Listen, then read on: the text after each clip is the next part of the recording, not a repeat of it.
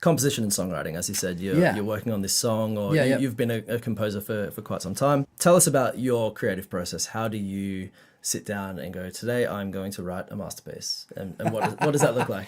Well, I think that's the thing. Like, we can't write masterpieces. I don't think that it's fair. You can't try and write the crazy ideal. You've got to write what's here. And so when I sit down to a piano, I go, I have to try and silence the critic and the editor and all of that stuff. So sit down and just write and write what comes to me. And try and write with as little as an agenda as humanly possible. Wow. I find that I can write when I go, I want to write a song like that. I want to write a song like that. But I feel like the better stuff comes out when I sit down and just go, let's just write today. Let's just write what's happening right now. Let's write the things that I feel and the things that I probably don't want to talk about. Let's write those songs. So be real, be in the moment. Yeah. Like you say, use what's in your hand. Use the emotion that is happening in your current situation or your current circumstance, and go to it. Be raw. Yeah. Essentially, you sit down at a piano or a guitar and you vomit out your emotions or vomit out these ideas. Yeah. And then I think after that you come back later and then you start to filter through, and then you start to go, oh, that idea is maybe not the best, but I think that you have to start from a place of the constant yes. Like everything has to be the constant yes, and then come back and go, awesome. Okay, what can we do? Because otherwise you'll get nothing done. And I think that creativity has to be king. Like creativity has to be the first thing. Cool. And then the editing has to be the second. What's the best advice that you've been given about building a prosperous career as a professional musician or creative person? From your mentors or whoever's spoken into your life? Of which I've had many incredible people who I've been able to learn and glean from. I think the problem with answering this question is just going like shivers, trying to bring it down to one piece of information. But I think one of the most recurring lessons that I have to learn, pieces of advice that I have to take to heart, is learning to back yourself rather than starting with doubt. I think that you need to have a certain amount of healthy ego as a musician to kind of go, what I'm doing is awesome. What I think, what's happening now is amazing. And you kind of need to have this amount of like self-regard and self-belief that helps you do things. Otherwise, again, you spiral into like song depression and you don't do anything. So I think that you have to back yourself. I think that you can be caught up in one of the worst pieces of advice that I ever received was you've only got one chance at your debut album. Okay. Which sounds like nice, but it's actually the worst advice, because then you go... The pressure. You seize up, you can't write anything. And I think that you have to remember that, Coldplay released, EPs before they released their first record debut, and they worked their way up to it. And this is the story of every artist and every musician who's ever been. You don't just step off the bus writing, having the perfect song or the perfect script or that doesn't happen. You have to write and be confident in the fact that like what you write today is good, and maybe it's not as good as tomorrow, but what you have now is awesome. And so continuing to like back yourself, going like, it's maybe not the best, but it's a great step forward. I think it's a great indication of what I can do. I think that people will like what I do.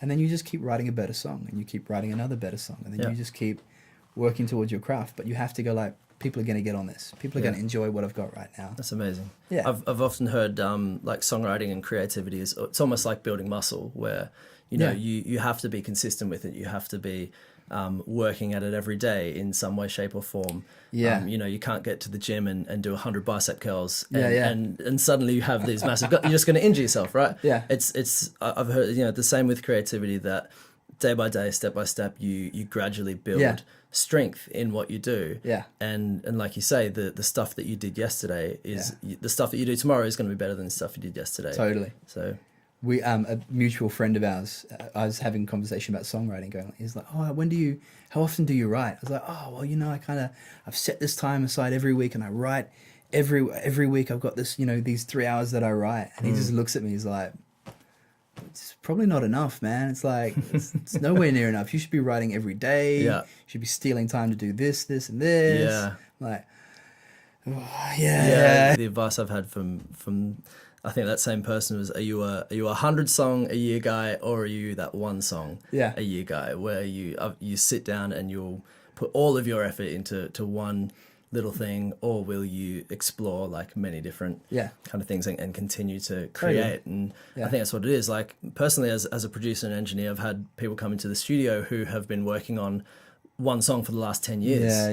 And what's been crazy about that session is, like, it's 10 years of ideas on top of the next and the next year and the next year, and it builds into this picture that just doesn't make sense. And it's like, and like what you say, it's like, just move forward, keep moving forward, keep finding new things to write about, fresh stuff, and you know, and it is that new picture continuing to create. So back yourself, man. Yeah. Do you find that there's like a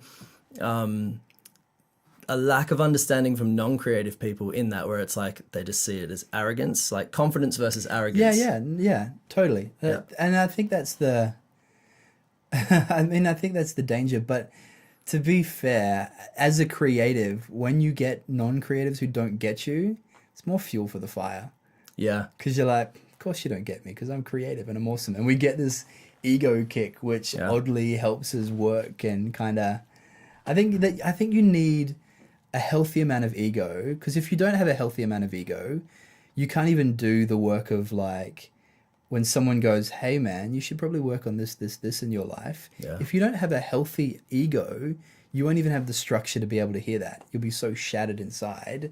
So ego is not a horrible thing, but I think that we need to continue to take stock of our ego. And as creative people, especially creative people, if our entire identity is in the fact that, like, look at how different I am, like, that's not going to help. But if we go like, well, I think that I've got something to offer, and at the same time be teachable. Wow. Because it's, I mean, I don't necessarily think that the creative, non-creative divide exists.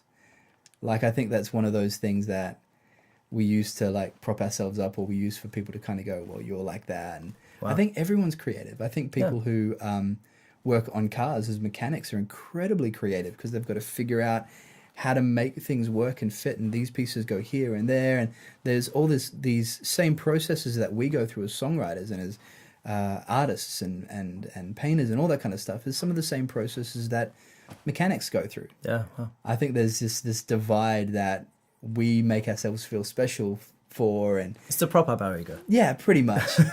And other people go like, they're creative and they're a bit strange. I'm not like them. Yeah. But we're all actually creative. It's just different canvases that we work on. Yeah. So I find sometimes that I'll hang out with, let's, for lack of a better way of defining it, keep it as non-creatives and creatives in the context of music. Yeah. When I hang out with my non-creative or non-musical friends, I actually can walk away more inspired from that than when I would have been hanging out with other creative or musicians. Like, there's different conversations that happen. There's different levels of intellect going on that is fresh. Yeah. And so sometimes I'll walk away from that and be like, actually, I feel more inspired having hung out with a non-creative person than somebody like babbling on about what their latest mix sounds or something, Yeah, you don't want to be the nerdy group in the corner talking about, like, jazz chords. It happens. Yeah. I think or we singing need a cappella harmonies in the school hall, something. Been there. Oh, we're such nerds. We are.